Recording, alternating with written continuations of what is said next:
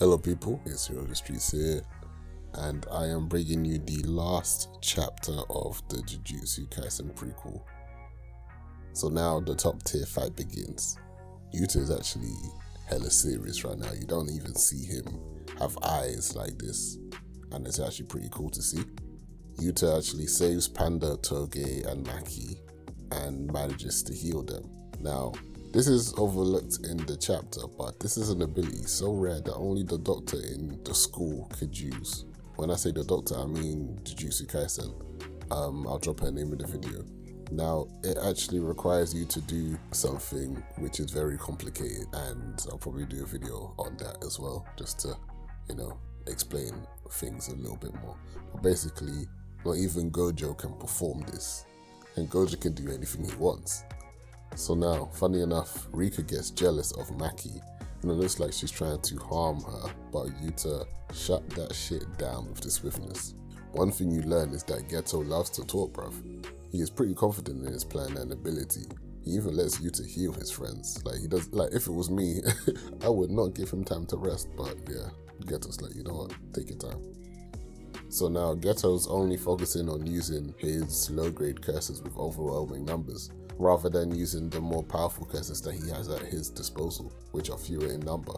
Now once Yuuta is done healing, the fight continues, and Yuuta does something that really shows why he's so special. He coordinates with Rika and summons a megaphone inscribed with the spell of the Inumaki clan, and uses Toge's technique to eliminate all the curses. Upon witnessing the use of such high-level techniques, in Geto's own words, Rika is an endless mass of curse power that can be shaped at will. Now we actually go back to the 2000 curse war zone that Gojo and the rest of the school are at, and Gojo's fighting some dude with a rope that is disturbing his technique. That's literally it. He's having small trouble, but essentially it's just taking longer than expected, and that's all. Like, Gojo's still rapping, you don't even see the fight, you just know. And the things at the end of the chapter, Gojo has no scratches, no nothing, not even tired. So yeah, we get some info on Gojo's unlimited curse technique though. That's the main takeaway from this. And that is that it is a precise curse power manipulation that interferes at an atomic level to manipulate space. And what makes that possible is the 6 eyes. That's literally all you get from that. So now we get back to the main fight between Yuuta and Geto. And Geto actually wants to try going for close quarters combat. Using the smuggler curse, I call it the smuggler curse, don't worry about it, that was once Toji Zenin's, Gojo draws his weapon. And this weapon, obviously, seeing as Jujutsu Kaisen comes after this, in terms of production as well as just story, this weapon that he actually produces is Playful Cloud.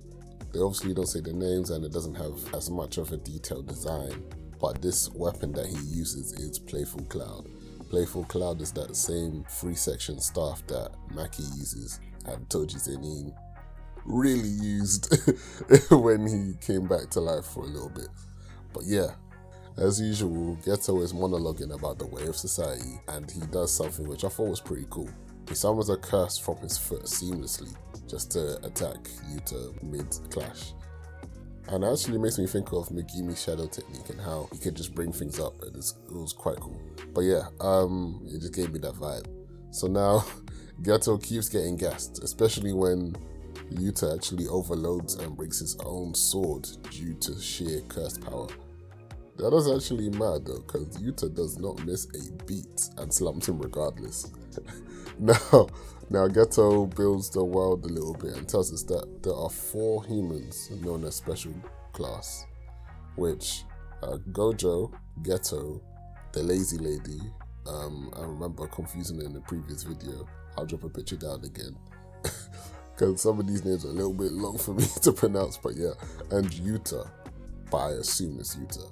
It could be the other guy that Gojo mentioned before. So back in Jujutsu Kaisen, I'll drop the picture down and just let you guys know, and drop the link as well in the description. But basically, Gojo was thinking about at least 3 people who can surpass him or at least match him in terms of potential. That was Yuji Itadori, Yuuta Okkotsu, and this other dude, which their name just escapes me because it was only mentioned once, and I'm gonna have to Google that. let me just keep moving in it. So, but on top of those 4, there are 16 special grade curses. He even gets serious, and not only does he summon one, which is a special class imaginary spirit called Tama. Oh boy. It's a bit of a sticky one still, obviously, right now anyway. Maybe in the future that can change. Okay. Tamamono no Me's avatar. Hey, allow me in it. But he also turns all 4,461 curses that he has into one to use against him too, in a technique called Extreme Quantity Curse Spirit Manipulation Tornado. Now, the translation here is tornado, but I guess they swapped it out for Uzumaki in Jujutsu Kaisen, which means spiral, so tomato. So now, Geto has deployed his final move, and is under the impression that Yuta hasn't fully matured fighting with Rika, but boy, was he wrong. Yuta hugs Rika, expressing his gratitude for all the years of protection and love, asking her to lend him her power one last time, which doesn't really make sense to me, but we do.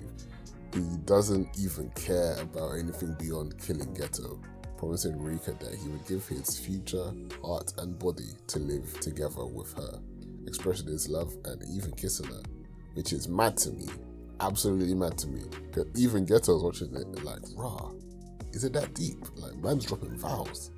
But yeah, Rika reacts to all of this and powers up. Now, Geto catches on to what just happened and why Rika reacted the way she did. He tells us that by sacrificing himself, he has removed the limits on the cursed power. Pretty much the same as what Mei does with her crows, which is like a suicide move. Now they clash, and you see that Geto gets away, but boy was he not unscathed. He lost an arm and some of his head too, like his trim has faded. He got blood everywhere.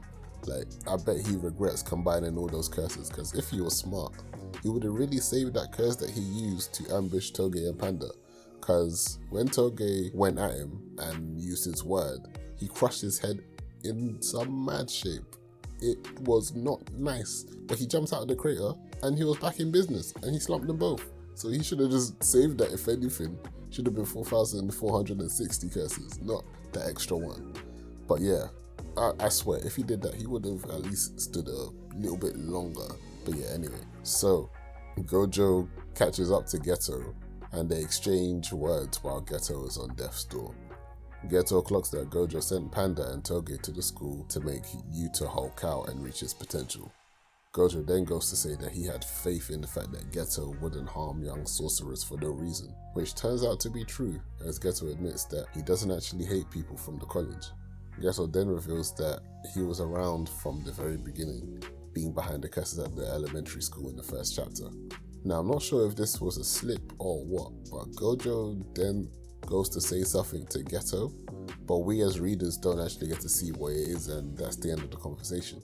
So now, back at the school, everyone regains consciousness, and Rika is just patiently waiting on the bench for Yuta to follow through on his promise. Suddenly, Rika breaks down into her child form from all those years ago, and at this point, Gojo pops up and reveals that after investigating Yuta, it turns out that he is a descendant of Sugawara no Mishizane, boy, which is one of the 3 greatest Japanese vengeful spirits, and also a top-class shaman, which also actually means that he is a distant relative of Gojo's. Boy, this family is actually OP. This revelation confirms that Yuta actually cursed Rika, but he has just dispelled it by revoking the master and servant status. Luckily, the cursed side, being Rika, doesn't want to punish Yuta, so it's just smooth sailing from here. Now, in a sweet turn of events, Rika thanks Yuta for everything, saying that the past 6 years as a curse were her happiest, which is straight garbage. Like, what one for your parents? You're telling me that looking like a beast and only murdering dogs was the only takeaway in all your years of existence? Are you serious? She's chatting air. But yeah, just like that, she fades away. Now, there's like small talk between Gojo and Yuta and the rest of the gang. Minor, he just returns his IDs, nothing major. But Yuta still holds the ring that Rika was initially attached to. So we all know that may just give Maki some stress. because she's gonna have to be competing with that memory, and we know how, and the streets know how that goes. But yeah, that's the end. Now, all in all, this was a good chapter. It wrapped up some things, but it did raise a couple questions because there were some inconsistencies. So what I mean by that is, like, when it comes to Yuta's abilities, whether it was healing, someone in the megaphone, we didn't get to see how he came to develop those skills. I understand obviously it's 4 chapters, so there's only so much you can include and omit, but it would have been cool to have all that sort of information in there too. But all in all, yeah, executed for what it was supposed to be. It's a short and sweet chapter, only 4 chapters, and it ended on a good note, which leaves you wanting more, but also satisfies you enough. So yeah, Yuta's gone into the next chapter of his life with the rest of the team, but obviously he's gone traveling in Jujutsu Kaisen. But yeah, I'm gonna do a whole review of this entire story in another video. But yeah, all in all, I've enjoyed it. So yeah, I'm gonna catch you guys later. Peace.